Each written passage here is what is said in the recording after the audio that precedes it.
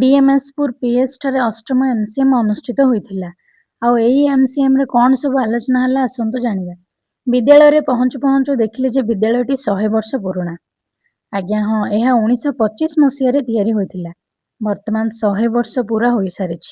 Building ଅବସ୍ଥା ଖରାପ ଥିବା ଯୋଗୁଁ ଏହାର ମରାମତି କାମ ଚାଲିଛି। କିନ୍ତୁ ଅଳ୍ପ ସ୍ଥାନରେ ବା ଗୋଟିଏ କୋଠରୀରେ ବିଦ୍ୟାଳୟ ପରିବେଶକୁ 2 ଜଣ ଦିଦି ଖୁବ୍ ସୁନ୍ଦର ସଜାଡ଼ି ରଖିଛନ୍ତି। ଭୌତିକ ପରିବେଶ ସହ ଶୈକ୍ଷିକ ପରିବେଶ ମଧ୍ୟ ବହୁତ ସୁନ୍ଦର। ଦେବ ପୂଜନ ସାରି ପୂର୍ବ ବୈଠକ ବିଷୟବସ୍ତୁର ଆଲୋଚନା ଏବଂ ପଞ୍ଚମ ଓ ଅଷ୍ଟମ ଶ୍ରେଣୀ ବାର୍ଷିକ ପରୀକ୍ଷାର ପୁଣି ମୂଲ୍ୟାୟନ ସହ ପ୍ରତିକାରାତ୍ମକ ଶିକ୍ଷଣ କାର୍ଯ୍ୟକ୍ରମ କାର୍ଯ୍ୟାନ୍ୱୟନର ପଦ୍ଧତି ଆଲୋଚନା କରାଗଲା। ପରଖ ଏନ୍ସିଇଆରଟି ଦ୍ୱାରା ଏଫ୍ଏଲ୍ଏସ୍ ଓ କୋଶ୍ଚିନ୍ ଡିସ୍କସନ୍ ସମ୍ବନ୍ଧରେ ସୂଚନା ଦିଆଗଲା। ଏହାପରେ ଯାଦୁପେଢ଼ୀ ସାମଗ୍ରୀର ବ୍ୟବହାର ସମ୍ବନ୍ଧରେ କୁହାଯାଇ 4ଟି ଦଳ ଗଠନ କରି ସମସ୍ତ ଦଳକୁ 4ଟି ଲେଖାଏଁ ଯାଦୁପେଢ଼ୀ ସାମଗ୍ରୀ ଦିଆଗଲା ଏବଂ ସମସ୍ତେ ଜଣେ ଜଣେ ଶିକ୍ଷଣ ସାମଗ୍ରୀର ଉପସ୍ଥାପନା କଲେ। କେତେ ଅକ୍ଷର ଅଛି ସେ ଭିତରେ? ହଁ, ତ ସେହି ବଲ୍ରେ ଯେଉଁ ଯେଉଁ ଅକ୍ଷର ଅଛି ଏଇ କାର୍ଡ଼ରେ ସେଇ ଅକ୍ଷର ଥିବା କାର୍ଡ଼ ମୁଁ ଦେଇଛି ହେଲା। ଆଉ କିଛି ନଥିବା କାର୍ଡ଼ ମଧ୍ୟ ଅଛି, ମାନେ ଏଇ ଭିତରେ ନଥିବା ଅକ୍ଷର ଏ ଭିତରେ ଅଛି। ତ ତମେ ଯେଉଁ ଅକ୍ଷର ଗୁଡ଼ିକ ସେ ବଲ୍ ଭିତରେ ଅଛି ତାକୁ ଅଲଗା କର ବାଛି।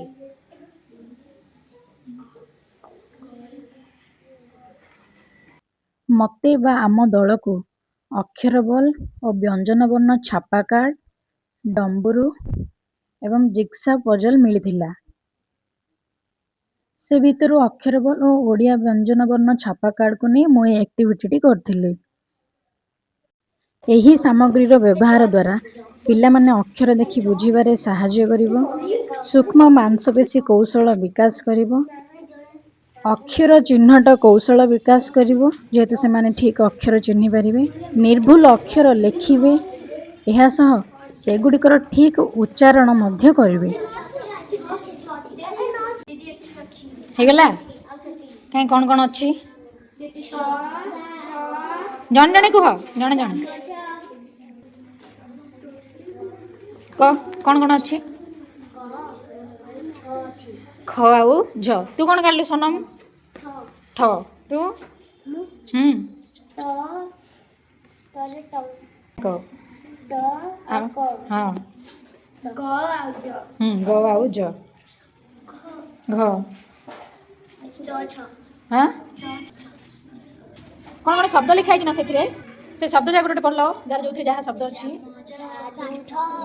ଝାଡୁ, ଝରକା, ଖଇ, ଖାଲ, କାଠ, କଠଉ,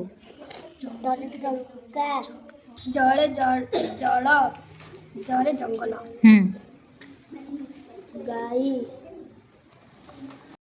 ଏହି ସମୟରେ ଆମ ଗହଣରେ ଏବିଓ ମ୍ୟାଡାମ୍ ଆସି ଉପସ୍ଥିତ ହୋଇ ଏମ୍ସିଏମ୍ର ସଫଳ ରୂପାୟନ ପାଇଁ କିଛି ଦିଗ୍ଦର୍ଶନ ଦେଇଥିଲେ ଏବଂ ଶିକ୍ଷଣ ସୋପାନ ରେଜିଷ୍ଟର ଗୁଡ଼ିକୁ ଦେଖିଥିଲେ ଓ ମତାମତ ମଧ୍ୟ ଦେଇଥିଲେ। ଏହାପରେ ମଧ୍ୟାହ୍ନ ଭୋଜନ ବିରତି ହୋଇଥିଲା। ସମସ୍ତେ ମନ ଖୁସିରେ ମଧ୍ୟାହ୍ନ ଭୋଜନ ପରେ ଆଜିର ସ୍ପେଶାଲ ଆଇସ୍କ୍ରିମ୍ ଖାଇଥିଲୁ।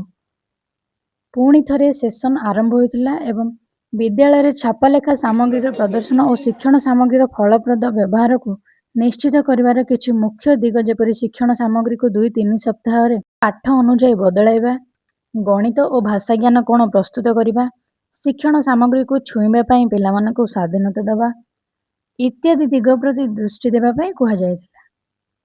ଏହାପରେ ବିଦ୍ୟାଳୟ ପରିଦର୍ଶନରେ ଅନୁଭବ କରୁଥିବା ତଥ୍ୟଗୁଡ଼ିକୁ ଆଲୋଚନା କରିଥିଲୁ ଏବଂ ଧନ୍ୟବାଦ ଅର୍ପଣରେ ଆଜିର ବୈଠକର ପରିସମାପ୍ତି ଘଟିଥିଲା।